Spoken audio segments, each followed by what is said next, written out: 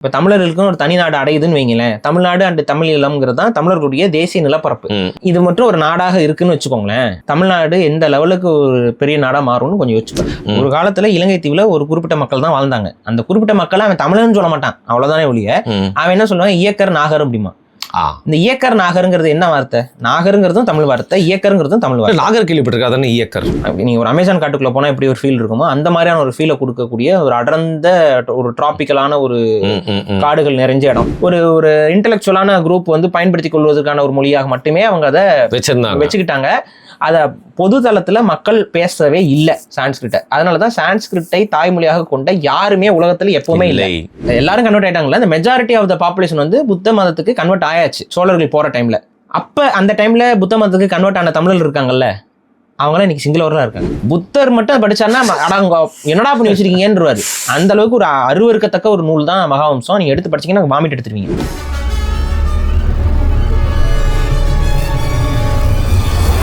வணக்கம். தமிழர்கள் உலகம் முழுக்க பரவி வாழ்றாங்க அப்படின்னு தெரியும். அப்படிதான் வந்து நம்ம வருண் டாக்ஸ்ல ஏற்கனவே வந்து மலேசிய தமிழர்களை பற்றி பேசுறதுக்கு உண்டான ஒரு வாய்ப்பு கிடைச்சிது. அதில் வந்து தமிழர்களை பற்றி மட்டும் இல்லாமல் மலேசியா அப்படிங்கிற மண்ணு, கொஞ்சம் மலேசியாவோட வரலாறு, இது மாதிரி நிறைய விஷயங்கள் நம்ம சுவாரஸ்யமான தகவல்களாக தெரிஞ்சுக்கிட்டோம்.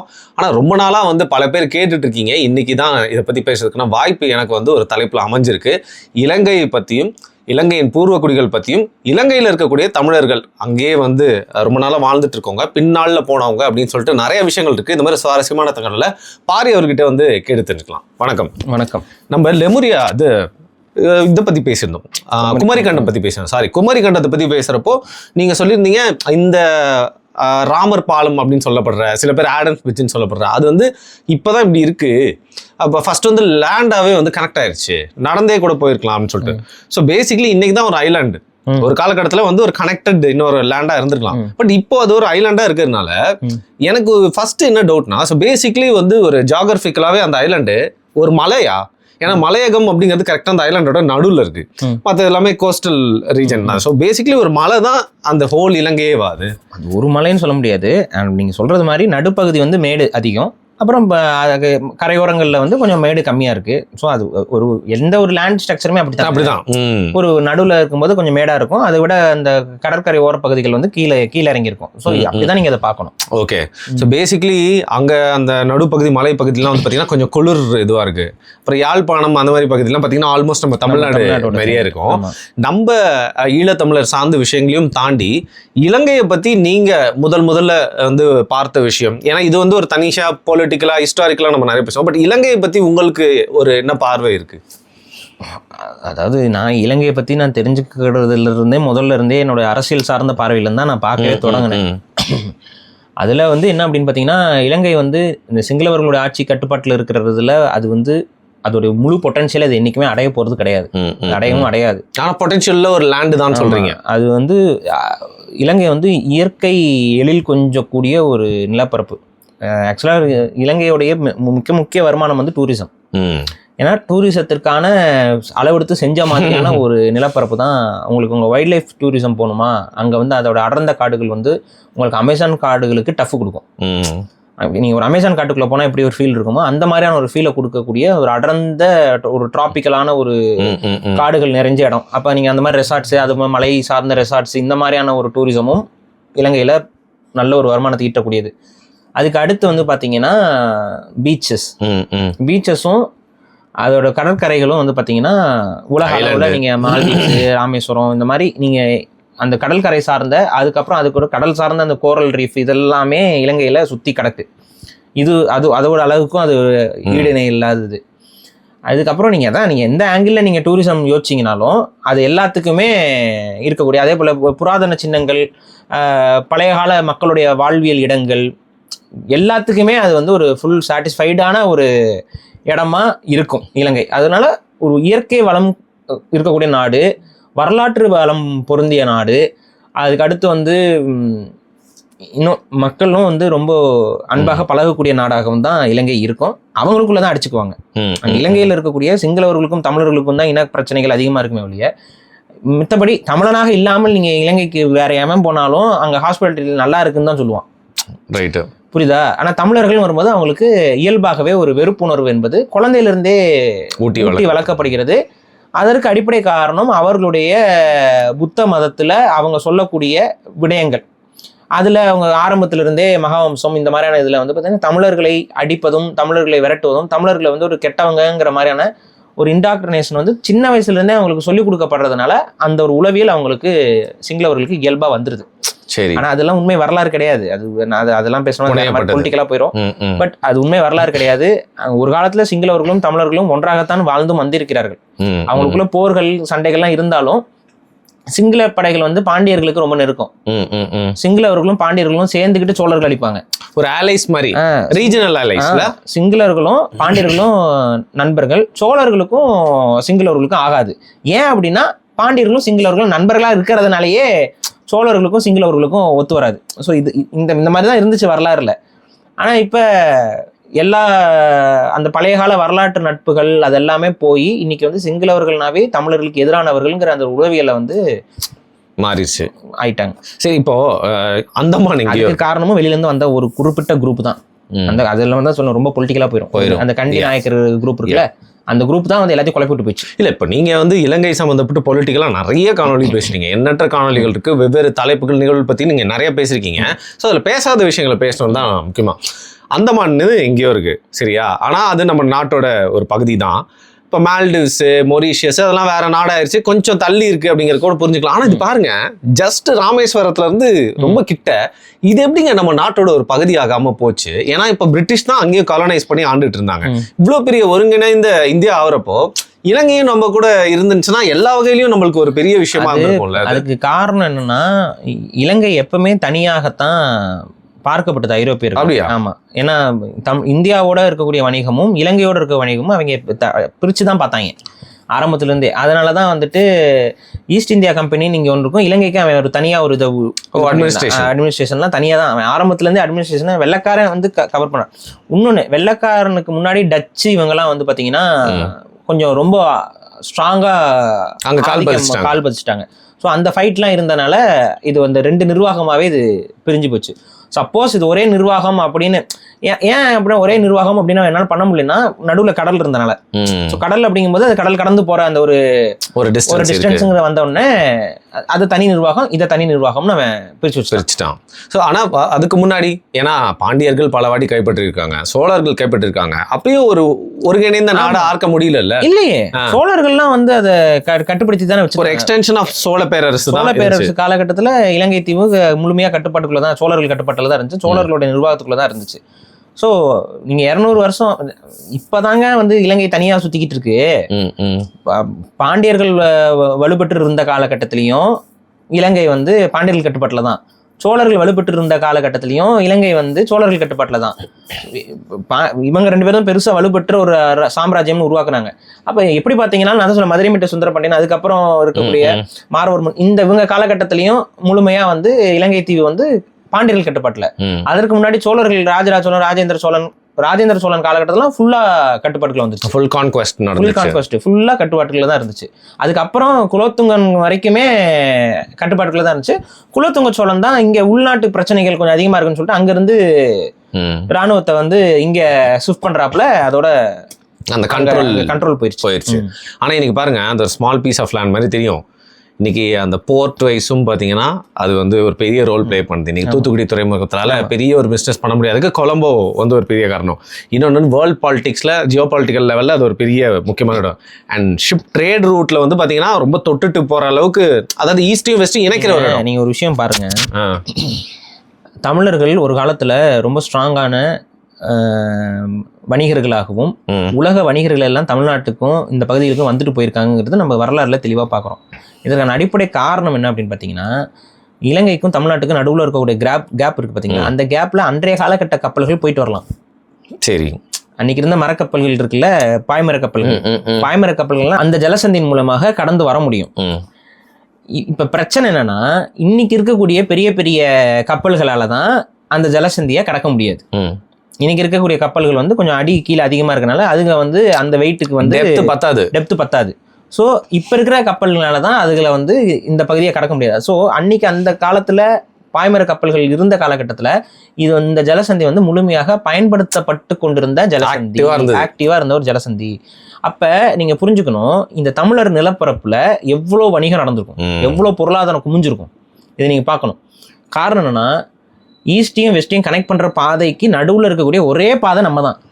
இல்லைன்னா இலங்கையை சுத்தி போகணும், கீழே இறங்கி இந்தியா போகணும். அதுக்கான டேஸும் ஆகும், அதுக்கான ஃபியூலும் ஆகும். இன்னைக்கு வேணா அது வந்து சின்ன டிஸ்டன்ஸா உங்களுக்கு தெரியலாம், ஆனா அன்னைக்கு அது ஒரு பெரிய டிஸ்டன்ஸ் தான். ஏங்க பெரிய ஸ்டேஷனுங்க, ஏன்னா கேப் ஆஃப் குட் ஹோப்க்கு அப்புறம் கேப் காமரன் தான். ஆமா.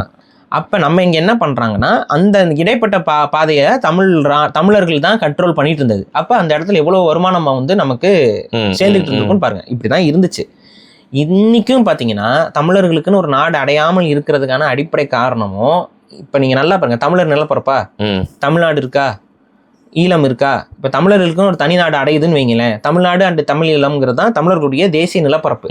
இந்த தமிழீழத்தையும் தமிழ்நாட்டையும் சேர்த்து தான் தமிழ் தேசியவாதிகள் மேப்பே வச்சிருப்போம், பார்த்துருப்பீங்க. இது மட்டும் ஒரு நாடாக இருக்குன்னு வச்சுக்கோங்களேன். இங்க நடுவில் இருக்கக்கூடிய ராமர் சேத்து அந்த இது இருக்குல்ல, அந்த மண் திட்டு, அதை வந்து கண்டிப்பா கேப் பண்ணி அங்க ஒரு மேம்பாலம் கட்டிடுவாங்க. அங்க ஒரு மேம்பாலம் கட்டுறதும் ஈஸி. அந்த இடத்துல கப்பல்கள் போயிட்டு வரக்கு ஒரு செக் பாயிண்ட் வச்சுட்டோன்னு வைங்க, காசு கொட்டும். தமிழ்நாடு எந்த லெவலுக்கு ஒரு பெரிய நாடா மாறும்னு கொஞ்சம் யோசிச்சு பாருங்க. அந்த ஸ்ட்ரைட் ஆஃப் ஹார்மஸ்ல ஒரு கப்பலுக்கும் அவ்வளோ காசாம் பாரு. அதனால தான் இந்த மாதிரியான விஷயம் நடந்துடவே கூடாதுன்னு சொல்லிட்டு பலரும் வந்து அதை தடை செஞ்சு நமக்கான அந்த தேசிய அங்கீகாரத்தை கொடுக்காம நம்மளை இருட்டடிப்பு பண்ணி, ஈழம் அமைஞ்சாலும் இது நடந்துரும், ஈழம் அடைஞ்சாலும் இந்தியாவோட ஒப்பந்தம் பண்ணி அதை பண்ணிடுவாங்க. ஸோ எதுவுமே நடந்துடக்கூடாது இதில். அதனால தான் உலக நாடுகள்லாம் சேர்ந்து எல்லாத்தையுமே காலி பண்ணது. ஸோ இதுதான் இந்த பேசிக்கான ஒரு விஷயம். அப்போ இது உண்மையிலே நம்ம இருக்கிறது வந்து ஜியோபாலிட்டிக் உலகத்துடைய மைய பகுதியாக தான் நம்ம செயல்பட்டு இருக்கிறோம், செயல்படவும் முடியும். ஆனால் அதை செயல்பட விடாமல் அப்படியே இருட்டடி பண்ணி வெளிப்படையாக சொன்னால், அந்த கடலில் தமிழர்களுடைய ஆளுகே இருக்கக்கூடாதுங்கிறனால தான் தமிழக மீனவர்கள் அங்கே சுட்டு கொல்லப்பட்டுக்கிட்டே இருக்கிறாங்க. தமிழ் மீனவர்கள் கூட அங்கே இருக்கக்கூடாதுங்கிறது தான் அவங்களுடைய தாட் ப்ராசஸ். ஸோ இதை நம்ம புரிஞ்சுக்கணும். சரி, ஓகே. இப்போது பேசிக்காக பூர்வ குடிகள் இப்போ இங்கே வந்து பார்த்தீங்கன்னா இந்த நிலப்பரப்பில் ஃபுல்லாக அந்த அபார்ஜின்ஸு, அப்புறம் ஆஸ்திரேலியாவிலேருந்து சரி நம்ம தமிழ்நாட்டில் அது மாதிரி வந்து பார்த்தீங்கன்னா இங்கே பூர்வ குடிகள் எப்போவுமே இருந்திருக்காங்க. அப்போ வந்து மேபி நீங்கள் சொல்கிற மாதிரி ஒரு நிலத்தால் வந்து கனெக்டாக இருந்திருக்கலாம். ஸோ இருந்த எல்லாருமே ஒரே இனத்தவர்களாக தான் இருந்திருக்காங்களா? அதாவது பண்டைய காலங்கள்ல இருந்து சொல்கிறேன், இலங்கை நிலப்பரப்பிலும் தமிழ் நிலப்பரப்பிலும் ஒரே பூர்வ குடிகள் தான் இருந்திருக்காங்களா? ஆமாங்க, இது வந்து நம்ம சொல்லணுங்கிறத விட சிங்களவர்களே ஒத்துக்குவாங்க.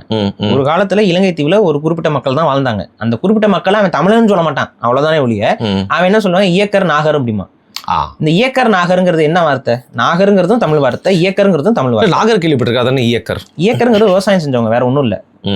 இயக்கத்தோடு இயங்கியவர்கள், அவ்வளவுதான் இயக்கர். இயக்கருங்கிறவங்க என்னன்னா, பேசிக்கா அதோட டெஃபினேஷன் என்னன்னா, நாகர்கள் வந்து பழங்குடி மக்கள். சரி. இயக்கர்கள்ங்கிறவங்க வந்து இயக்கத்தை செய்பவர்கள் இல்லை இயக்குபவர்கள் பொருள். அது எதுல இருந்து வரணும்னா, மேபி மாட்டு வண்டிகள், இந்த மாதிரியான வண்டிகள் எல்லாம் பயன்படுத்த தொடங்கிய மாட்டு வண்டி, இந்த மாதிரியான விஷயங்களை பயன்படுத்த தொடங்கிய மக்கள் அவங்க ஒரு இயக்கத்துக்கானவர்கள்ங்கிறனால இயக்கர்கள் தங்களை அழைச்சிக்கிறாங்க. அப்போ இந்த நாகர்களும் இயக்கர்களும் தான் அந்த மண்ணின் பூர்வக்குடி மைந்தர்களாக வாழ்ந்தவர்கள். அவர்களுடைய தாய்மொழியும் தமிழ் தான் பேசிக்கொண்டு இருந்தார்கள். ஸோ இதுதான் இது. இங்கே தான் விஜயன் சொல்லிட்டு வட இந்திய பகுதிகளில் இருந்து ஒரு ஆள் வந்து இந்த ஒரிசா இந்த பகுதிகளில் இருந்து ஒருத்தர் வராப்புல, ஒரிசா சம்மந்தப்பட்ட இடங்கள் அங்கிருந்து ஒருத்தர் வராரு. அவர் வந்து அதான் விஜயன். அந்த ஆளும் எதுக்கு வரட்டுன்னா, அவங்களுடைய குடும்பம், அவங்களுக்கு அந்த கதை தெரியும்ல. அதாவது விஜயன் வந்து பார்த்தீங்கன்னா விரட்டி விடப்படுறாரு. அவர் வரல, விரட்டி விடப்படுறாரு. எதனால விரட்டி விடப்படுறாருன்னா, அந்த இதுல வந்து ஒரு பெரிய உமனைசரா இருந்துட்டு அங்க ஊர் மக்கள் எல்லாத்தையும் அவன் வந்து இலவசமா இருந்த காலகட்டத்துல நிறைய தப்புகள் பண்றான். அதனால அந்த ஊர் மக்கள் எல்லாம் சேர்ந்து கொண்டு போய் அவன் பையன் வந்து சரியில்லை, ரொம்ப மோசமானவனா இருக்கான், ரொம்ப அடாவடித்தனம் பண்றான்னு சொல்லி அந்த அரசர்கிட்ட வந்து முறையிடுறாங்க. அப்ப இவன் இருந்தா விளங்காதுன்னு சொல்லிட்டு அவனை அடிச்சு கொண்டுருவோம் இல்லைனா அப்படின்னு சொல்லி மக்களா கிளர்ச்சி பண்றாங்க. அப்ப வேற வழி இல்லாம அந்த அரசனுக்கு பையனை காப்பாற்றணும்னு சொல்லி தனியாவும் அனுப்ப முடியாது. அதுக்கு பதிலாக கூட வந்து ஒரு 700 பேரோட நாடு கடத்துறாங்க விஜயனை. அப்படி நாடு கடத்தப்பட்ட அங்க கடத்தினவன் அந்த நீரோட்டத்துல அப்படியே வரும்போது இலங்கையில வந்து அது அவனோட கப்பல் வந்து நின்றுது. அங்க அவன் இறங்குறான். அங்க இறங்கும்போது குவேனிங்கிற ஒரு பெண்ணை இயக்கிற இதுல இருந்து ஒரு பெண்ணை பாக்குறான். அந்த பெண்ணை திருமணம் செய்து கொண்டு அந்த சமூகத்துடைய தலைவனாக, அந்த ராணிங்கும் போது தலைவனாக மாறுறான். அப்ப இவங்களுக்கு வந்த வழித்தோன்றல்கள் தான் சிங்களவர்கள்ங்கிறது அவங்களே ஏற்றுக்கொள்ளக்கூடிய வரலாறு. அப்ப அதுலயே தெளிவாக தெரியுது அவங்களுடைய அவங்களுடைய ஆரிஜின் வந்து பிற்காலம் தான். இயக்கர் நாகருக்கு பின்னாடி தான் அவங்க வந்து வராங்க, வெளியிலேருந்து வந்தவங்க தான். அவங்களே சொல்லிக்கிறாங்க. சரி, இப்போ இந்த மொழி இப்போ நம்மளுக்கு வந்து பார்த்தீங்கன்னா கர்நாடகா, அது கன்னடம், மலையாளம், தெலுங்கு எல்லாம் வந்து எப்படி ஒரு மாதிரி வந்து மிக்ஸ் ஆகி உருவாச்சுன்னு நம்மளுக்கு தெரியும். அதுக்கு ரீசெண்டான எக்ஸாம்பிள் வந்து மலையாளம். ஏன்னா வந்து ஆல்மோஸ்ட் ஒரு 900 years பிஃபோர் கூட வந்து பார்த்தீங்கன்னா கொஞ்சம் கொஞ்சமாக அது வந்து அப்படியே மாறிடுச்சு. அதில் சான்ஸ்கிரிட் வந்து கலந்துருச்சு. உதாரணத்துக்கு கேரளாவில் வந்து ஒரு பெரிய வால், அதாவது அந்த மலை வெஸ்டர்ன் காட்ஸு துண்டா மாட்டிக்கிறாங்க. அங்கே வந்து பார்த்தீங்கன்னா நம்பூதிரிகள், பிராமணர்கள், அப்புறம் அந்த ஆரியர்களோட அந்த நிறைய இன்ஃப்ளூயன்ஸ்னால அந்த மொழி மாறிடுது. பட் எப்படிங்க சம்மந்தமே இல்லாமல் துண்டா வந்து சிங்களம்னு ஒரு மொழி எப்படிங்க அது உருவாகுது? அதாவது சம்மந்தமே இல்லாமல் இல்லை, பாலி மொழி வந்து அதுக்கு முன்னாடி வந்து அந்த அங்கே வடக்குலேருந்து வந்திருந்தாலுமே இவங்களுடைய மொழி எல்லாமே தமிழோடு தொடர்புடைய மொழியாகத்தான் அந்த காலகட்டத்தில் இருந்திருக்கும். இது சொல்றது வந்து பார்த்தீங்கன்னா ஒரு 2000க்கு முன்னாடி காலகட்டம்னு வச்சுக்கோங்களேன். 2000க்கும் ரொம்ப முன்னாடி, ஒரு 3000 ஆண்டுகளுக்கு முன்னாடின்னு வச்சுக்கிட்டிங்கன்னா, அப்போ அங்கே தமிழ் மொழி தான் ரொம்ப ஆளுமை பெற்ற மொழியாக இருக்குது. அப்போ சிங்களவர்களுடைய ஆரம்ப காலகட்ட மொழியும் தமிழ் மொழியாகத்தான் இருந்திருக்கணும். இந்த மொழி எப்போ திரிபடைந்து மாறுதுன்னு பார்த்தீங்கன்னா, மௌரிய படையெடுப்பு காலகட்டத்தில் தமிழ்நாட்டில் மௌரியர்களால் ஆதிக்கம் செலுத்த முடியல. கப்பல்ல இருந்து டைரெக்டாக கிளம்பி போய் அதான் அசோகர் தன்னுடைய மகன்கள் எல்லாம் அனுப்பினாங்க. அப்படி வரவங்க வந்து இங்கே என்ன பண்ணுறாங்க, இலங்கையில் வந்துட்டு புத்த பிக்குகளாக இருந்து அங்கே வந்து நிர்வாகம் செஞ்சு அதுல பாலி மொழியை வந்து அதிகமா பரப்புறாங்க. புத்த இலக்கியங்கள் எல்லாமே பாலி மொழியில இருக்கு. இப்ப இந்த பாலி மொழியும் தமிழும் கலந்து உருவானதுதான் சிங்களம். சிங்களத்துடைய பேஸ் வந்து பாத்தீங்கன்னா பாலி அண்ட் தமிழ். சரி, இப்ப இந்த பாலியில இருந்தா சான்ஸ்கிரிட்டே வந்ததுன்னு ஒரு தியரி இருக்கு. பாலி இதெல்லாமே வந்து பிரகிருத மொழி குடும்பம். பிரகிருத மொழி குடும்பம். அந்த பிராகிருத மொழி குடும்பத்துல ஒரு மொழி வந்து பிராகிருதம்ங்கிறது ஒரு தனி லாங்குவேஜ் கிடையாது. அது நிறைய பேர் போட்டு குழப்பிக்கிறாங்க. நம்ம சில நேரங்கள் சொல்லும்போது பாலி அப்படின்னு நம்ம சொல்லுவோம், சில நேரத்துல பிராகிருதம்னு சொல்லுவோம். இவங்க என்ன நினைச்சுக்கிறாங்க, நீங்க அன்னைக்கு பிரகிருதம்னு சொன்னீங்க, இன்னைக்கு பாலின்னு சொல்றீங்கன்னா நீங்க தயவு செஞ்சு தேடி பாருங்க. பிரகிருதம்ங்கிறது மொழி கிடையாது, அது மொழி குடும்பம். சரியா? பிரகிருதம்ங்கிறது மொழி குடும்பம். பாலியும் ஒரு பிரகிருத மொழி தான். பாலிங்கிற அந்த மொழியும் ஒரு பிரகிருத் தான். அதே போல பிரகிருதத்திலே ஒரு 5-6 மொழிகள் வந்து பிரிடாமினண்டா வரும். அந்த இதுல பாலி வந்து ரொம்ப ஃபேமஸான ஒரு பிரகிருத மொழி. புரியுதா நான் சொல்றது? சரி. அப்ப நம்ம பாலிய பிரகிருதம்னு சொன்னாலும் பிரகிருத பாலின்னு சொன்னாலும் ஆல்மோஸ்ட் சேம். பர்டிகுலரா மென்ஷன் பண்ணி சொல்லலாம் பாலின்னு நம்ம சொல்லலாம். ஸோ அது ஏன்னா டவுட்ஸ் என்கிட்டே கேட்டிருக்காங்க தனிப்பட்ட ரீதி, அதுக்காக நான் சொல்றேன். அப்போ இந்த பாலிங்கிறதுக்கும் ஸோ என்னன்னா பிரகிருத மொழி இருக்குல்ல, இந்த பிரகிருத மொழியில கொஞ்சம் டவுன் கிரேட் ஆனதுக்கப்புறம் அதில் இருக்கக்கூடிய சிறந்த வார்த்தைகளும் அன்னைக்கு தமிழில் இருந்த கொஞ்சம் சிறந்த வார்த்தைகளையும் எல்லாத்தையும் போட்டு கலந்து ஒரு உருவாக்குற மொழி தான் சான்ஸ்கிரிட். ஆனால் சான்ஸ்கிரிட் வந்து மக்களால் பேசப்படாத மொழி, வழக்கில் இல்லை. அது வந்து அதை உருவாக்குறாங்க, அதை உருவாக்கிட்டு அதை வந்து அவங்களுக்கான ஒரு மொழி, அதாவது எப்படின்னா ஒரு சீக்ரெட்டா அவங்களுக்குள்ளேயே பேச பெரிய பெரிய அரசர்கள் ஒரு இன்டெலெக்சுவலான குரூப் வந்து பயன்படுத்தி கொள்வதற்கான ஒரு மொழியாக மட்டுமே அவங்க அதை வச்சுக்கிட்டாங்க. அதை பொது தளத்துல மக்கள் பேசவே இல்லை சான்ஸ்கிரிட்டை. அதனாலதான் சான்ஸ்கிரிட்டை தாய்மொழியாக கொண்ட யாருமே உலகத்துல எப்பவுமே இல்லை. நீங்க 2000 வருஷத்துக்கு முன்னாடி போய் தேடி பார்த்தாலும் சான்ஸ்கிரிட்டை தாய்மொழியாக கொண்ட ஒரு மக்கள் கூட்டம் இல்லை. இவங்க என்ன சொல்லுவாங்கன்னா, இல்லைங்க இருந்துச்சுன்னு சொல்லி ஒரு ஊரை காட்டுவாங்க. அந்த ஊர்லயும் அவங்க சான்ஸ்கிரிட்டை வந்து எப்ப இருந்து பேச ஆரம்பிச்சாங்கன்னா, அதுலாம் இந்த 100 வருஷத்துக்கு முன்னாடி இருந்தான். ஓகே, அங்க வந்து அதை வந்து பேசணும்னு சொல்லி கொண்டு வந்து உருவாக்கி விட்டு அப்படி பேச வைக்கிறது வழக்குல திணிக்கப்பட்டுச்சு. இப்ப கூட நான் பாக்குறேன், அன்னைக்கு ஒரு 2 பிராமணர்கள் உட்காந்துட்டு சான்ஸ்கிரிட் பாட்காஸ்ட் நீங்க சொன்னீங்க.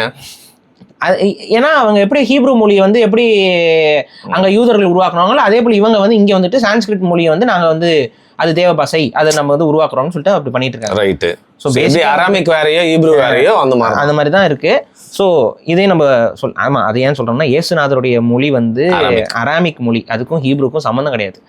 அவர் யூதர் அப்படின்னு சொல்றது அவருடைய மொழியின் அடிப்படையில இல்லை, அவருடைய மதத்தின் அடிப்படையில. அதையும் நம்ம சொல்லிடுறோம், நிறைய பேர் அதையும் போய் குழப்பிக்கிறாங்க. சரி, போங்க. இப்போ இங்க விஷயம் என்னன்னா, ஏன்னா இயேசுநாதரே ஒரு யூதர் தானே அப்படின்னு சொல்லி எல்லாம் பேசுறதுக்கு அதுக்கு பதில் சொல்றேன்.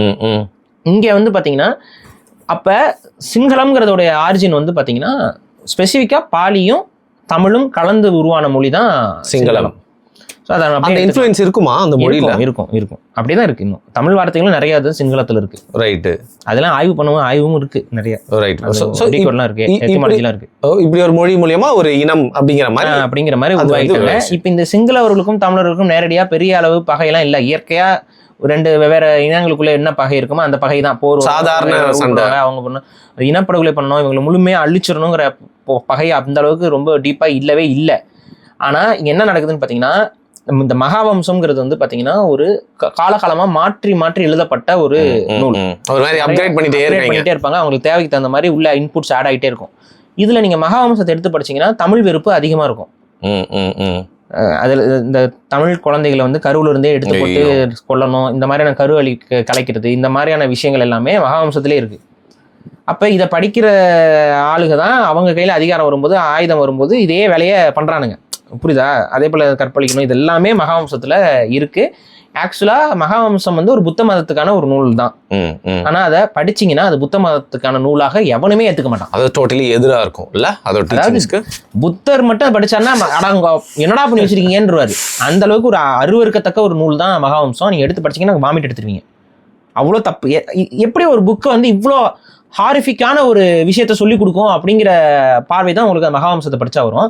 ஆனா எடிட்டட் மகாவம்சம் முழுக்க முழுக்க காலத்தால அரசியல் நோக்கத்திற்காக மாற்றி மாற்றி எழுதப்பட்ட ஒரு நூல். திரிச்சிட்டாங்க. நிறைய திரிவு தான் இருக்கும் அதுல. திருச்சி எழுதியிருப்பாங்க. ஸோ இது எதுக்கு நான் சொல்றேன்னா, ரொம்ப பின்னாடி இந்த கண்டி நாயக்கா டைனஸ்டின்னு சொல்லி தமிழ்நாட்டில் இருந்த தெலுங்கை தாய்மொழியாக கொண்ட ஒரு குரூப் தான் திரும்ப அந்த கண்டி நாயக்கர்களாக அங்க போய் ஆட்சி வெளியிட்டீங்களா டாக்குமெண்ட்? ஆமா, அந்த விக்ரம ராஜசிங்கே எல்லாம் அந்த அடிப்படையில வந்த அரசன் தான். அவங்க எல்லாம் தமிழ்நாட்டில் பிறந்து தமிழ்நாட்டில் வளர்ந்து அதுக்கப்புறம் போய் முடிசூட்டிக்கிறதுக்கு இலங்கைக்கு போனாங்க. இது இந்த அளவுக்கு தான் அது பிற்காலத்தில் இருந்துச்சு.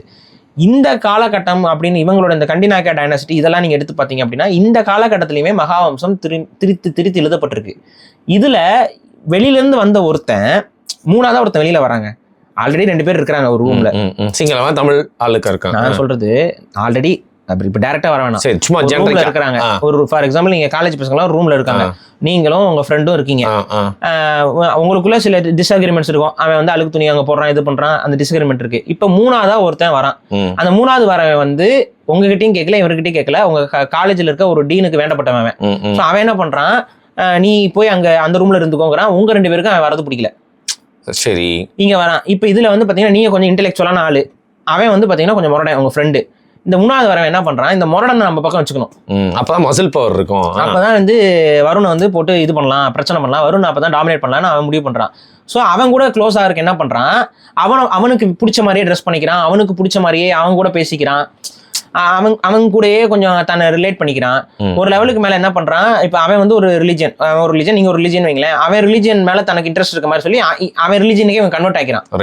கன்வெர்ட் ஆயிட்டு நீ நானும் தோஸ்து அப்படின்னு சொல்ல ஆரம்பிக்கிறான். இது வந்து உங்களுக்கு இரிட்டேட் ஆகுது. இந்த ரூம்ல நாங்க 2 பேர் தான் இருந்தோம், இவன் வேற வேண்டாம் மூணாவது, ஆல்ரெடி எங்களுக்குள்ளே 1000 டிஸ்அக்ரிமெண்ட்ஸ் இருக்கு, இவன் வேற மூணாவது ஆளா ஒருத்தன் வந்துட்டு உசுர வாங்குறானேன்னு நீ நினைச்சிட்டு இருக்கிற டைம்ல இவன் என்ன பண்றான், அவன் கூட கூட்டணி சேர்ந்துட்டு இப்படி இருக்கிறானுங்க. இதுல டைம் பீயிங் என்ன ஆகுதுன்னு பாத்தீங்கன்னா படிப்படியா அவங்க 2 பேரும் சேர்ந்துட்டு உங்களுக்கு எதிராக.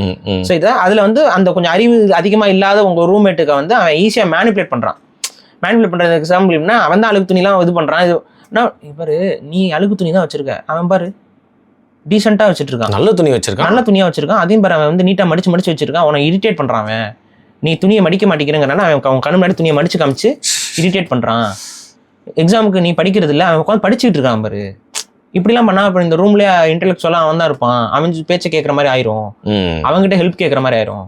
அதனால அவன் சரியில்லை, அவனை வேற ரூம்க்கு அனுப்பு, அவன் போட்டோம் இங்க இருந்து, அவன் ஃப்ரெண்டு பக்கத்து ரூம்ல இருக்கான்ல அவன் கூட போட்டான் அப்படிங்கிறான். அது எப்படி அவன் போவான், இங்கதான் அவன் ரொம்ப வருஷமா இருக்கானா, அவனை அனுப்பி விடணும் அப்படின்னு சொல்லிட்டு ஒரு முடிவு பண்ணிட்டு என்ன பண்றாங்க, 2 பேரும் சேர்ந்துக்கிட்டு டார்ச்சர் பண்றாங்க. இது என்னவோ அதே தான் நடக்குது. ஸோ இந்த மூணாவதா ஒருத்தன் போறான் பாத்தீங்களா, இவன் என்ன பண்றான், அங்க ஆல்ரெடி இருந்த கொஞ்சம் சின்ன பிரச்சனையெல்லாம் ஊதி பெருசாக்கி இவன் இப்ப மூணாவதா இவன் வந்தாங்கிறதே 2 பேரும் மறந்துட்டாங்க. இதுதான் நடந்துச்சு. இதுல பெரிய பிரச்சனையா வெடிச்சு வந்து இதுதான் ஆக்சுவலா இலங்கையில நடந்துட்டு இருக்கிற விஷயம். இதை இந்த மூணாவதா வந்தவன் யாருங்கிறது இன்னும் தமிழர்களுக்கும் நிறைய பேருக்கு போய் சேரல, புரியல. நான் சொல்லிட்டே இருக்கேன் ரொம்ப வருஷமா. சிங்களவர்களுக்கும் இது போய் பெருசா பேசி சேரல. இது 2 பேருக்கு எப்ப புரிதல் வருதோ அன்னைக்கே வந்து தெரிஞ்சு போயிடும் எவன் அயோக்கிய பையன் எவன் எதிரின்னு தெளிவாயிருவாங்க. இப்போ நான் பெருமைக்காக சொல்ல, இப்போ நம்மளுக்கு இதில் நிறைய விஷயங்கள் எழுதி வச்சுக்கோம் லிட்ரேச்சர், சங்கம் லிட்ரேச்சரில். ஆனால் பார்த்தீங்கன்னா இப்போ மகாவம்சத்தை பற்றி சொல்கிறீங்க, இன்னும் நம்ம ஊரில் பார்த்தீங்கன்னா இதிகாசங்கள் காப்பியங்கள் சிலதெல்லாம் எழுதி வச்சுப்பாங்க. அதில் வந்து பார்த்தீங்கன்னா நம்மளை வந்து அசுரர்கள் இல்லை கருப்பாக இருப்பாங்க, இந்த எப்படி சொல்கிறது ஒரு மாதிரிலாம் சொல்லுவாங்க, ராட்சசர்கள். இதில் மகாவம்சம் இது மாதிரி இருக்குது. ஆனால் எனக்கு என்ன ப்ரௌடாக இருக்குன்னா, நம்மளோட இதில் வந்து பார்த்தீங்கன்னா நம்மளோட வழக்கம் பழக்கம் எல்லாத்தையும் எழுதிருப்பாங்க தவிர்த்து யாருமே ஆன்டகரைஸ் பண்ணி அவனை அழிக்கணும் இவனை ஒழிக்கணும் எனக்கு தெரிஞ்ச அந்த மாதிரி இல்லை. அப்படி சொல்ல முடியாது.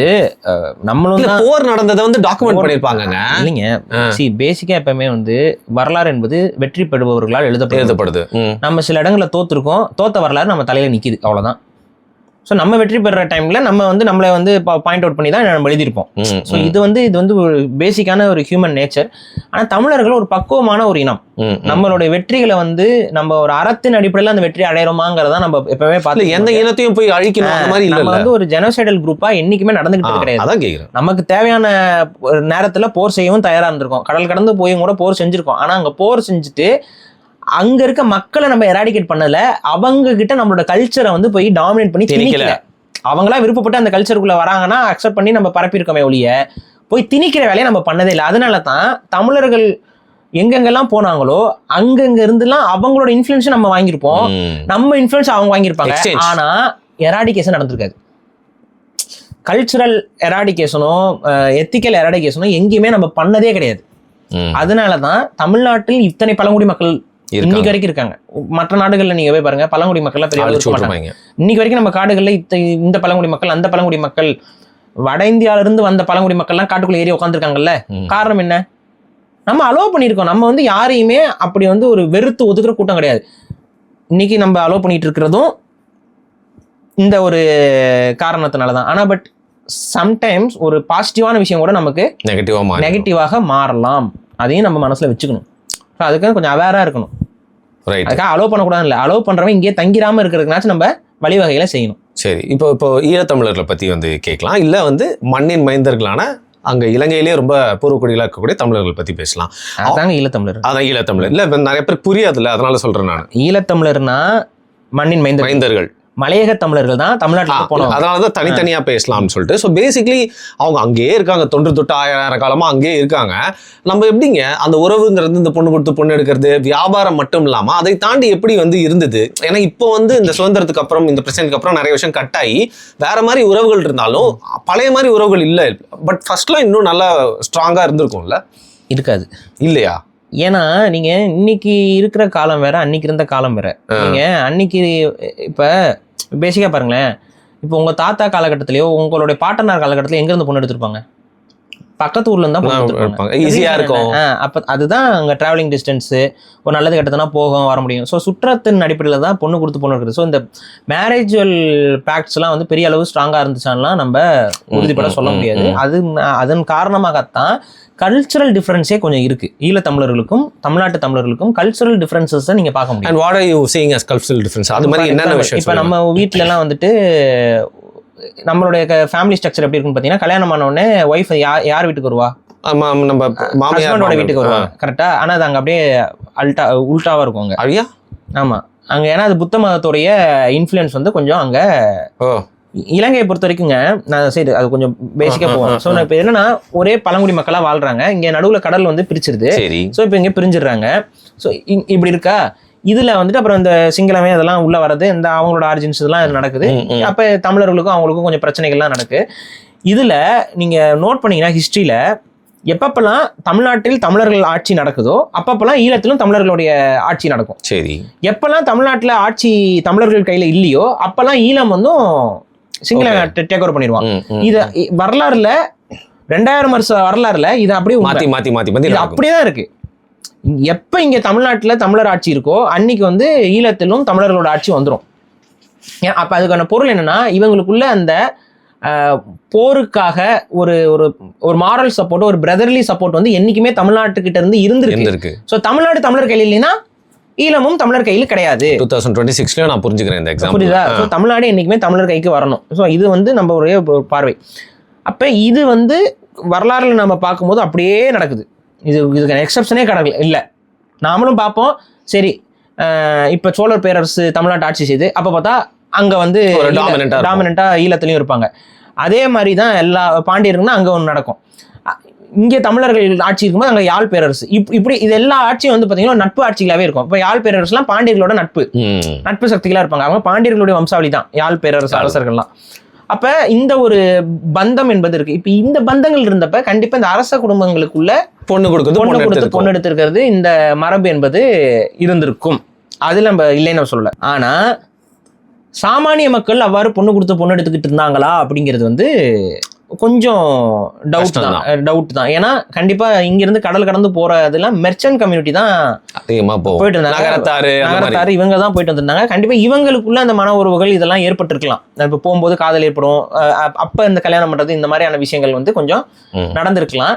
இதுல இன்னொரு ஒரு கவனிக்கத்தக்க ஒரு விஷயம் என்னன்னா, இலங்கையில இருக்கக்கூடிய இஸ்லாமிய மக்களுக்கும் தமிழகத்தில் இருக்கக்கூடிய தமிழ் இஸ்லாமியர்களுக்கும் நிறைய அந்த மன உறவு ரொம்ப வருஷத்துக்கு அப்படியே தான் இருக்கு. அதை என்ன பண்ணிட்டு இருக்காங்க, அவங்க அப்படியே ஆக்டிவா இருக்கு. அவங்க அந்த குரூப் மட்டும் லைக் அவங்களுக்குள்ள அந்த ஒரு தொடர்பு நல்லாவே ஸ்ட்ராங்காவே இன்னைக்கு வரைக்கும் இருக்கு, இப்போ வரைக்கும் இருக்கு. ஏன்னா தமிழ் இஸ்லாமியர்களும் வந்து வணிக சமூகம் தான். இஸ்லாமியர்களுடைய பெரும்பான்மையானவங்க வந்து வணிகத்துக்குள்ள தான் இருக்கு. இப்பயே நீங்க பாத்தீங்கன்னா பிசினஸ் வந்து அவங்களுக்கு ஒரு பெரும்பான்மையான இருக்கும். அந்த பிசினஸ் இதுல கடல் கடந்து வணிகத்துக்கு அந்த காலத்துல போயிட்டு வந்திருக்காங்க. அப்படி போகும்பொழுது அங்க இருக்கக்கூடிய இலங்கையில இருக்கக்கூடிய தமிழ் இஸ்லாமியர்களுக்கும் இவங்களுக்கும் ஒரு மன உறவுங்கிறது இருந்திருக்கு. சமீப காலம் வரைக்குமே நீங்க பார்க்கலாம். இங்க தமிழ் இஸ்லாமியர்கள் இருக்காங்களா, ராமநாதபுரம், அந்த கீழக்கரையில எல்லாம் நீங்க போய் பாத்தீங்கன்னா கண்டிப்பா இலங்கையில இருந்து அங்க இருந்து பொண்ணு எடுத்தது கொடுத்தது இந்த மாதிரியான குடும்பங்களை நீங்க கண் முன்னாடி பார்க்க முடியும். ஸோ இந்த பழக்கம் இருக்கு. நம்ம இதுலதான் இங்க அகமண உறவுங்கிறது தமிழ்நாட்டுல தமிழ் குடிகளுக்குள்ள இறுக்கம் பெற்றுச்சு. எப்ப இறுக்கம் பெற்றுச்சுன்னு பாத்தீங்கன்னா விஜயநகர பேரரசுல காலகட்டத்துல அந்த ஒரு கம்யூனிட்டிக்குள்ளேயே தான் கல்யாணம் பண்ணணுங்கிற அந்த இறுக்கம் அதிகரிச்ச உடனே கண்டிப்பா கொஞ்சம் வந்து கட் ஆயிருச்சு. அது அப்படிதான் நம்ம பாக்குறேன். ரைட். இப்போ அப்படி இருக்கிறப்போ முக்கியமா இந்த உணவு அப்படியும் நிறைய விஷயங்கள் மாற்றமே இருக்கு. சில ஒத்துமையா இருக்கும், சில நான் பார்த்த வரைக்குங்க தென் மாவட்டங்கள்ல இருக்க உணவு பழக்கத்துக்கும் அதே போல கேரளாவுடைய உணவு பழக்கத்துக்கும் இவங்களுடைய ஈழத்தமிழர்களுடைய உணவு பழக்கமும் ரொம்ப ஈக்குவலா ஃபீல் பண்ண முடியும். இங்க சாப்பிடுற ஸ்வீட்ஸ் அங்க இருக்கும், அதே மாதிரியான இதெல்லாம் இருக்கும். எனக்கு அது தொத்தல்னு ஒண்ணு, சரி நான் சிறையில் இருக்கும்போது நம்ம ஒரு முருகன் அவர் பண்ணாரு. அந்த தொத்தல் வந்து பாத்தீங்கன்னா எனக்கு ரொம்ப ஒரு பிடிச்ச ஒரு ஸ்வீட்டாவே மாறிடுச்சு. அது வந்து ஈழத்தமிழர்களோட செய்யறது. பட் அதே தொத்தல் வந்து பாத்தீங்கன்னா நம்ம கன்னியாகுமரி தென் மாவட்டங்கள்ல செய்யறாங்க, தொத்தல் செய்யறாங்க. கேரளாவிலையும் அது வந்து ஒரு செய்யறாங்க. ஸோ இந்த மாதிரி இது ஒண்ணு மட்டும் இல்ல, இந்த மாதிரி பல விஷயங்கள் வந்து நீங்க கேரளா தேங்காய் யூஸ் பண்ணி நிறைய பண்றதும் அந்த ஒற்றுமை பார்க்கலாம். தேங்காய் யூஸ் பண்றது ஓவராலா தென் மாவட்டம் டாமினண்டா இருக்குங்க. கொங்கு பகுதி தென் மாவட்டங்கள்ல தேங்காய் வந்து என்னைக்கு இருந்தாலும் அது இதுதான். இங்க பிரச்சனை என்னன்னா வட தமிழகத்துல வந்து தென்னை மரம் வந்து அதிகமா இருக்காது. ஸோ ஆட்டோமேட்டிக்காக இப்போ தான் அது தென்னை மரம் இப்போ அதிகரிச்சிருக்காங்க. ஸோ வட மாவட்டங்களில் வந்து இது இந்த தேங்காய் போட்டு செய்கிறதே வந்து கொஞ்சம் ஒரு பட் கொங்கு பகுதியும் அதுக்கு கீழே இருக்கலாம் தேங்காய் போட்டு செய்கிறது வந்து ரொம்ப ஃபேமஸ். இப்போ இன்னும் அந்த கல்ச்சரை புரிஞ்சுக்கிறதுக்காக கேட்குறேன், அது தவறாக எடுத்துக்கூடாது. இலங்கை தமிழர்கள் ஈழத்தமிழர்களுக்குள்ள மோஸ்டா என்னென்ன குடிகள்லாம் நீங்க வந்து பார்க்க முடியும்? ஏன்னா இப்போ என்னதான் இருந்தாலும் ஒரு செக்லூடட் லேண்ட் இல்லையா அது, அங்க வந்து யாரெல்லாம் இருக்கு? இங்க பிரச்சனை என்னன்னு பாத்தீங்கன்னா இப்பவுமே நிறைய பேர் என்ன சொல்றாங்கன்னா ஈழத்தமிழரிடம் சாதிகள் இல்லை அது இல்லை அப்படிலாம் பேசிட்டு இருக்காங்க. அதுக்கு மெயின் ரீசன் என்னன்னு பாத்தீங்கன்னா ஈழத்தமிழருடைய மொத்த பாப்புலேஷனுமே வந்து பாத்தீங்கன்னா ஒரு 35 லட்சத்துல இருந்து 40 லட்சத்துக்குள்ளதான் இருக்கும். இப்ப ஒட்டுமொத்த ஈழத்தமிழரோட பாப்புலேஷனே 40 லட்சம். ஆனா தமிழ்நாட்டுல ஒரு சிறுபான்மை சாதியோட பாப்புலேஷனே 40 லட்சம் இருக்கும். புரியுது. ஒரு சின்ன சாதிங்க அப்படின்னாவே அந்த சின்ன ஒரு சிறுபான்மை சாதிக்கே வந்து 40 லட்சம் பேர் இருப்பாங்க. அப்ப இந்த பாப்புலேஷனை வந்து கம்பேரே பண்ணக்கூடாது. ஸோ ஒரு தீவுல எல்லா சமூகத்தை சார்ந்த மக்களும் அங்க போய் இருந்தாங்க.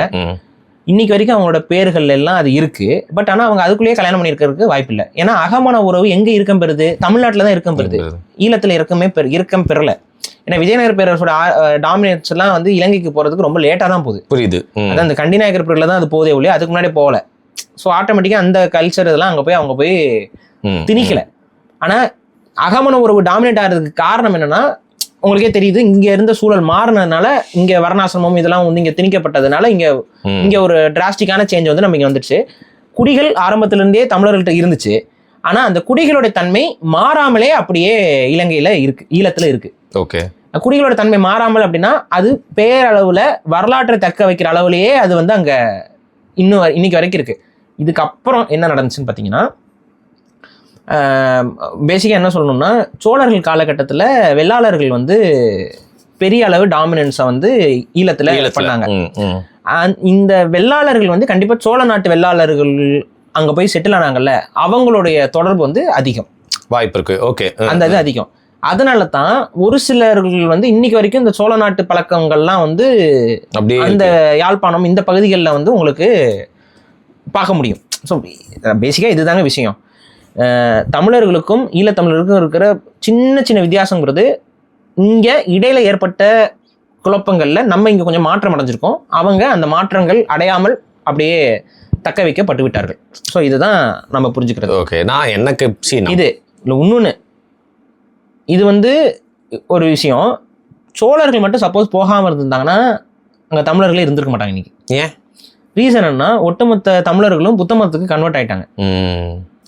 இந்த ஒட்டுமொத்த தமிழர்களும் புத்த மதத்துக்கு கன்வெர்ட் ஆகிட்டு மெஜாரிட்டி எல்லாரும் கன்வெர்ட் ஆயிட்டாங்கல்ல, இந்த மெஜாரிட்டி ஆஃப் த பாப்புலேஷன் வந்து புத்த மதத்துக்கு கன்வெர்ட் ஆயாச்சு சோழர்கள் போகிற டைமில்.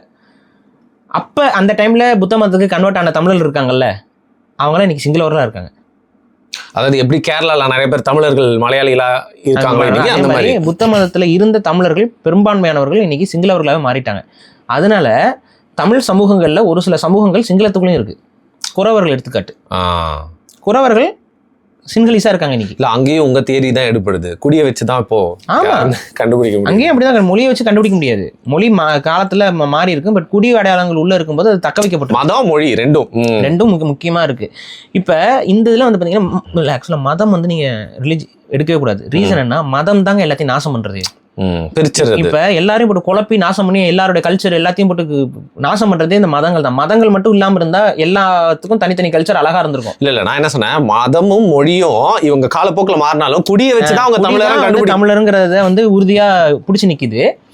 ஆனா இந்த மதமும் மொழி வந்து நம்ம என்ன மக்கள்ங்கிறதுக்கான ஒரு வெளிப்படையான ஐடென்டிட்டி தான் மொழி. இப்ப நீங்க ஒருத்தர் அமைதியா உட்காந்துருக்காரு பேசாம இருக்காருன்னா அவர் என்ன மொழின்னு என்ன கண்டுபிடிக்க முடியாது. இல்ல ஆனா நீங்க சொல்லி தெரியுமா, சவுத் ஆப்பிரிக்கால எல்லாம் இருக்காங்க, குடி பேர் மட்டும் தான் இருக்கு, ஆனா அவங்களுக்கு தமிழே தெரியல, இங்கிலீஷ் பேசுறாங்க, அந்த மாதிரி ஆயிட்டாங்கல்ல. சிங்களத்துல ஒரு ஜங்கு தமிழர்கள், சிங்கள இனத்துக்குள்ள ஒரு குறிப்பிட்ட ஜங்கா தமிழர்கள் தான் இருக்காங்க, வரலாறு தமிழ் வரலாறு. ஆனா இன்னைக்கு அது பேரு அவங்க வந்து கரையோர சிங்களர்களும்பாங்க. இந்த கரையோர சிங்களர்கள் எல்லாருமே தமிழர்கள். ஆனா என்ன கொடுமைனா, அவங்க புத்த மதத்துக்குள்ள அக்செப்ட் பண்ணி மாறினதுனால அவங்க அப்படியே சிங்களவர்களா இன்னைக்கு மாறிட்டாங்க. புரியுது. அந்த டைம்ல இங்க வடக்குலயும், அதாவது நம்ம இன்னைக்கு ஈழம்னு சொல்லக்கூடிய பகுதிகள்லயும் தமிழர்கள் வந்து புத்த மதத்தை அக்செப்ட் பண்ணிட்டு ஏத்துக்கிட்டு இருக்காங்க. ஆனா சோழர்கள் படையெடுத்து போனதுக்கு அப்புறம் சோழர்கள் வந்து புத்த மதத்தை அப்படியே தள்ளிட்டாங்க, அப்படியே ஒதுக்கிட்டு சைவத்தை திரும்ப போய் ஸ்ட்ராங் பண்ணிட்டாங்க, நிறுவுறாங்க. சைவத்தை திரும்ப ஸ்ட்ராங் பண்ணி சைவ கோயில்கள்லாம் திருத்தலங்கள்லாம் பயங்கரமா கட்டி அவங்களுடைய ரிஃபார்ம் எல்லாம் பண்ண ஆரம்பிச்ச உடனே, ஏன்னா அவங்களுக்கு வந்து புரிஞ்சிருச்சு தமிழங்க கையில வந்துட்டு இந்த தீவு போயிரும்னுங்கிற தெரிஞ்சனாலதான் அவங்க கொஞ்சம் விகரசா அந்த இடத்துல அதை பண்ணிருக்காங்க. இந்த ப்ராசஸ் வந்து சோழர்கள் வேற எங்கேயுமே பண்ணல, தமிழ்நாட்டுல கூட பண்ணலான்றீங்க. தமிழ்நாட்டுல அவங்க எப்பவுமே எங்கேயா போய் படையெடுத்து போற இடத்துல எல்லாம் வந்து அழிச்சிட்டு கோயில் கட்டுறதுலாம் அந்த கான்செப்ட் கிடையாது. அவங்க அங்க மக்கள் அவங்களோட ஆர்கிடெக்சர்ல தான் கட்டுவாங்க. இப்ப நீங்க கடாரத்துலயுமே நீங்க போய் பாத்தீங்கன்னா அந்த கெடா, அந்த மலேசியா அந்த பகுதிகள்லாம் அந்த கெடா அந்த பகுதியெல்லாம் இருக்கு. அதுக்கப்புறம் கம்போடியா, இங்கெல்லாம் இந்த கமீர், இதெல்லாமே பார்த்தீங்கன்னா தமிழர்களுடைய இன்வால்மெண்ட் அதில் தெரியும். ஆனால் அந்த ஆர்கிடெக்சரில் வந்து நிறைய சேஞ்சஸ் இருக்கும். காரணம் என்னன்னா, நம்ம அவங்களுக்கு நுட்பத்தை தான் கற்றுக் கொடுப்போம், நம்ம கட்டி கொடுக்கல. புரியுதா? நம்ம போய் அங்கே போய் கட்டி கொடுத்து நம்ம ஆளுங்களை வச்சு கட்டி கொடுத்துட்டு வரல. நம்ம இப்படி செய்யணும், இந்த நுட்பத்தில் செய்யணும்னு சொல்லி கொடுக்கும்போது அவனோட ஏஸ்தட்டிக்கு தகுந்த மாதிரி அவன் அதை பண்ணுவான். அப்ப என்னன்னா, நீங்க நல்லா பாத்தீங்கன்னா அங்க இருக்கக்கூடிய முகங்கள், அங்க இருக்கக்கூடிய சிலைகள் அவங்களோட முகத்துல இருக்கும், அந்த ஆர்கிடெக்சர் அவங்களோட நடனங்கள் அதுல. நம்ம பரதநாட்டியத்தை பற்றி அங்க போய் திணிக்க மாட்டோம், அவங்களுக்குன்னு ஒரு நடனம் இருக்கும், அந்த நடனத்துல அந்த கடவுள் ஆடுற மாதிரி. அப்ப நம்ம தொழில்நுட்பத்தை கொடுப்போம், அவங்க அதை வந்து டெவலப் பண்ணிக்குவாங்க. புரியுது. இந்த மாதிரி தான் நம்ம வந்து அணுகுவோம். ஆனா இலங்கையில மட்டும் சோழர்கள் போன உடனே கட்ட ஆரம்பிச்சிட்டாங்க, கோயில்கள் எல்லாத்தையுமே கட்டி தமிழ்நாட்டில் எப்படி இருக்குமோ அதே மாதிரியான இன்ஃப்ராஸ்ட்ரக்சர்ல போட்டு அப்படி அதே ஆர்கிடெக்சர். ஏன் அதை பண்றாங்க அப்படின்னா, அவங்களுக்கு நல்லா தெளிவா தெரியும் இந்த தமிழ் பகுதி சிங்களமயமாக்கப்பட்டு கொண்டிருக்கிறதுங்கிறது அவங்க உணர்ந்திருந்தாங்க. அதனால அதை ஃபுல்லா இது பண்ணி திரும்ப ரீஎஸ்டாப்ளிஷ் பண்ணாங்க தமிழர்கள். அப்ப அந்த காலகட்டத்தில் வந்துட்டு பாத்தீங்கன்னா தமிழ் மக்களுடைய குடியேற்றமும் தமிழ்நாட்டில இருந்து ஈழத்துக்கு கொஞ்சம் அதிகமா இருந்து போச்சு. அப்ப அந்த காலகட்டத்தில் இருந்த இதுதான் யாழ்ப்பாணத்துல இன்னைக்கு பெரும்பான்மையா இருக்கக்கூடிய வெள்ளாளர்கள்லாம் சோழர் காலத்துல போய் மைக்ரேட் ஆனவங்கள தான் இருக்கணும் மோஸ்ட்லி. ஸோ இதுதான் நம்ம அங்கே இருக்கக்கூடியதெல்லாம். ஓகே, வெள்ளாளர்கள் நான் கேள்விப்பட்டிருக்கேன், சொல்கிறேன். You might have more knowledge. பறையர்கள் இருக்காங்க, வெள்ளாளர்கள் இருக்காங்க, தமிழ் பார்ப்பனர்கள் இருக்காங்க, இப்படிலாம் கேள்விப்பட்டிருக்கேன். ஸோ இந்த மாதிரி வந்து தமிழ்நாட்டில் இருக்கக்கூடிய ஒரு இங்கே இருக்க சோழர் காலகட்டத்தில் என்ன கம்யூனிட்டிஸ்லாம் இருந்துச்சோ அந்த கம்யூனிட்டிஸ் அப்படியே இருக்கு. ஓகே, இன்னைக்கு வரைக்கும் மாறல. ஏன் மாறலன்னு சொல்றேன்னா இவங்களுக்குள்ள மாறி மாறி திருமணம் செய்துக்கிற பழக்கம் இருக்கு. ஸோ இவங்களுக்குலாம் அந்த பிரச்சனை எல்லாம் வரவே இல்லை. தமிழ்நாட்டில தான் அந்த அகமண உறவு வந்து இறுக்கம் பெற்றனால அப்படியே கட் ஆயிடுச்சு, எல்லாமே கட் ஆயிடுச்சு. இங்கே கட் ஆகாம அப்படியே இருக்கு. இப்ப இப்படி இருக்கனால நாங்க சாதி பாக்குறது இல்ல, எங்களுக்கு சாதி இல்லை அப்படிங்கிற ஒரு குழப்பத்துல அவங்களும் இருப்பாங்க. உங்ககிட்ட சாதியை தீண்டாமை என்பது உருவாக்கப்படலை, அவ்வளவுதான் விஷயம். ரைட். அண்ட் மீனவர்களையும் கரையர்கள்னு கேள்விப்பட்டிருக்கேன். இதை பத்தி ஈழத்தை பத்தி பேசும்போது தான் நான் நிறைய வந்து கேள்விப்பட்டிருக்கேன். ஸோ இந்த மலைய தமிழர்களுக்கும் ஈழத்தமிழர்களுக்கும் வந்து பாத்தீங்கன்னா பொலிட்டிக்கலி அவங்களோட வாழ்வாதாரம் அவங்களோட நிலைமை எல்லாம் கொஞ்சம் வித்தியாசம் தானே. மலைய தமிழர்கள் கொஞ்சம் வேற, ரொம்ப வித்தியாசம். மலேசிய தமிழர்கள் நல்லா ஒரு எஸ்டாப்ளிஷ். இல்லை மலையக தமிழர்கள் சொல்றேன். மலையக தமிழர்களை பொறுத்த வரைக்கும் இன்னைக்கு வரைக்கும் அவங்களுக்கு என்ன இருக்கு, எந்த விதமான அங்கீகாரமும் இல்லாம தானே இன்னைக்கு இருக்கிறாங்க. இன்னைக்கு மலையக தமிழர்கள் தான் பெரும்பான்மையானவர்கள் கொண்டு வந்து நம்ம இங்க முகாம்கள் வச்சுட்டு இருக்கிறோம். அவங்க தான் இல்ல, ஆமா, ஈழத்தமிழர்கள் இல்ல, மலையக தமிழர் தான். அதுல ஒரு சிலருக்கு மட்டும் இங்கே நம்ம சிட்டிசன்ஷிப் வந்துட்டாங்க, இந்திய குடிமக்கள் ஆயிட்டாங்க திரும்ப.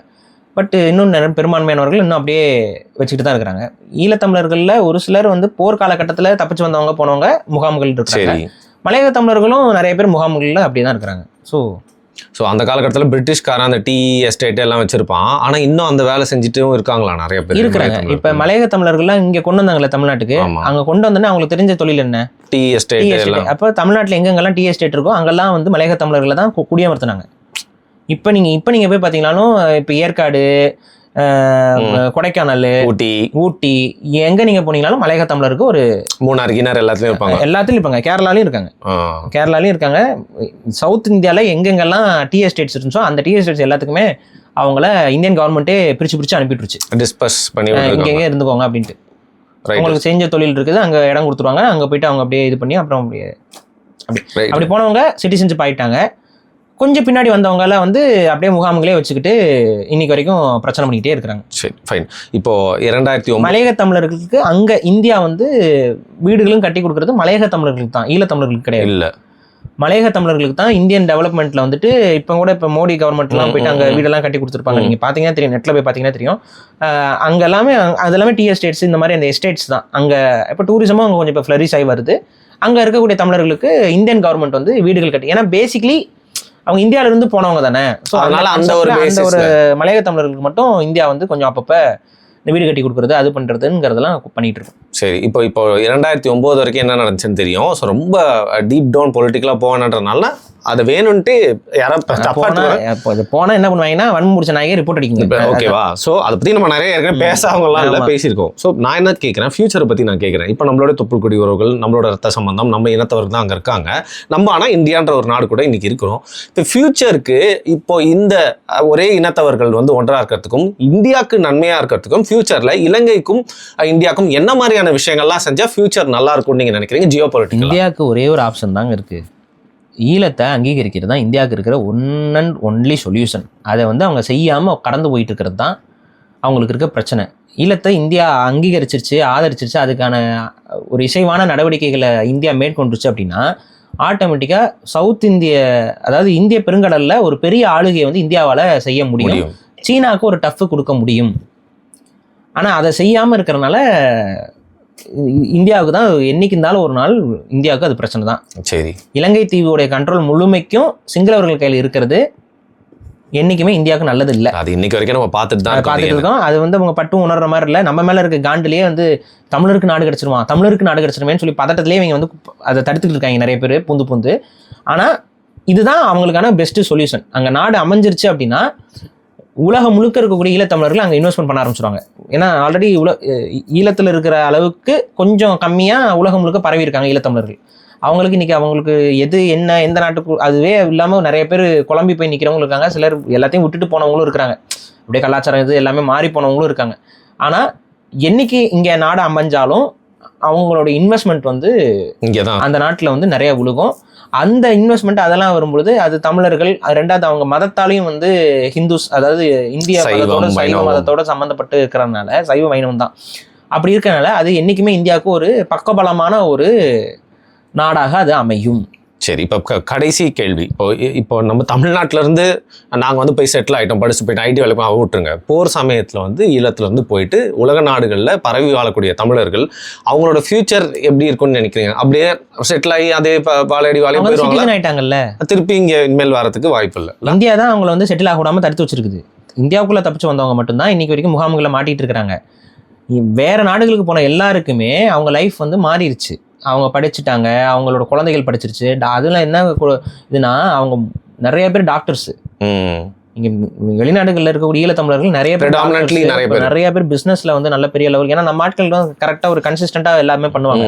வெள்ளைக்காரங்கிட்ட ஒரு மிதப்புத்தனம் இருக்கும், நம்ம கிட்ட அந்த மிதப்புலாம் லெத்தார்ஜிக்கா இருப்பான். அதனால நம்ம வந்து அந்த ஒரு வீரியமா நம்ம செயல்படணும்ல. டக்குன்னு எந்த ஃபீல்டு எடுத்தீங்கனாலும் அதில் வந்து ஈழத்தமிழர்கள் வந்து உள்ள பூந்து மேலே போயிடுறாங்க. இன்னைக்கு வரைக்கும் நிறைய பேர் அங்கே பாப் கல்ச்சராக இருக்கட்டும் எல்லாத்துலேயுமே ஈழத்தமிழர்களுடைய கால் தடம் வந்து அங்கங்கே பதிஞ்சிருக்கு.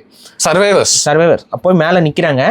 இப்போ என்னன்னா எல்லாருடைய மனசுலையும் இருக்கிறது என்னன்னா தங்களுக்கான அந்த நாடு அமையணுங்கிறது தான் அவங்களோட ஏக்கமாக இருக்கு. இன்னொன்று ஆசை இருக்கு. அதில் ரொம்ப விகரஸா வேலை செய்கிறவங்களும் இருக்காங்க, பெருசா அதில் வேலை செய்யாம பட் ஆனால் உணர்வு இருக்கும், அந்த மாதிரி இருக்கிறாங்க. அது அவங்க அப்படிலாம் இருக்கனால அது இன்னும் உயிர்ப்போட தான் இருக்கு. இது எப்போ மாறும் அப்படின்னா இந்தியா வந்து ஒரு ஸ்டாண்ட் எடுத்து, ஒரு கரெக்டான ஸ்டாண்ட் எடுத்து ஜியோ பொலிட்டிக்கலில் தங்களுக்கு சாதகமான ஒரு சூழல் எடுத்தா ஈழம் வந்து சாத்தியம். ஈழம் அமைஞ்சதுன்னா நிச்சயம் வந்து சீனாவுக்கு வந்து ஒரு பெரிய என்ன சொல்றது, இந்திய பெருங்கடல்ல இந்தியாவோட ஆளுகை வந்து ஸ்ட்ராங் ஆகும். ஆனால் அதை தடுத்துக்கிட்டே உட்காந்துட்டு இருக்காங்க, ஏன்னு தெரியல. ரைட், இன்னைக்கு வரைக்கும் நம்மளோட காணொலிகள் கீழே வந்து பதிகிறவங்கலாம் வந்து பார்த்தீங்கன்னா ஈழத்தமிழர்கள் அவங்க ஒன்று இலங்கையில் இப்போ இருக்கிறவங்களாம் இருந்தாலும் சரி, உலக நாடுகளும் சரி, அவங்க வந்து நான் ஈழத்தமிழன் சொல்லிட்டு அது அவங்களோட இன்ட்ராக்ஷன் எப்பவுமே இருக்கும். ஸோ அப்படி இருக்கிறப்போ வந்து அது என்னன்னா அவங்க பிரித்து சொல்லலை, நான் இங்கேருந்து இப்படி இருக்கேன்றப்போ ஒரு யாருன்றதை ஐடென்டிஃபை பண்ணிக்கிற மாதிரி இருக்கும். ஸோ இன்னைக்கு நிறைய நீங்கள் ஏற்கனவே பேசின விஷயங்கள், பட் இந்த தலைப்பில் பேசாத பக்கங்கள்லாம் நம்ம எடுத்து பேசியிருக்கோம் அப்படின்னு நினைக்கிறேன். கொஞ்சம் லைட் ஹார்ட்டடாக இருந்திருந்தாலும் நிறைய பேருக்கு வந்து தெரிய வேண்டிய விஷயங்கள் அப்படிங்கிறதும் நிறைய அந்த வீடியோவில் இருந்துச்சு. மிக்க நன்றி பாரு. நன்றி.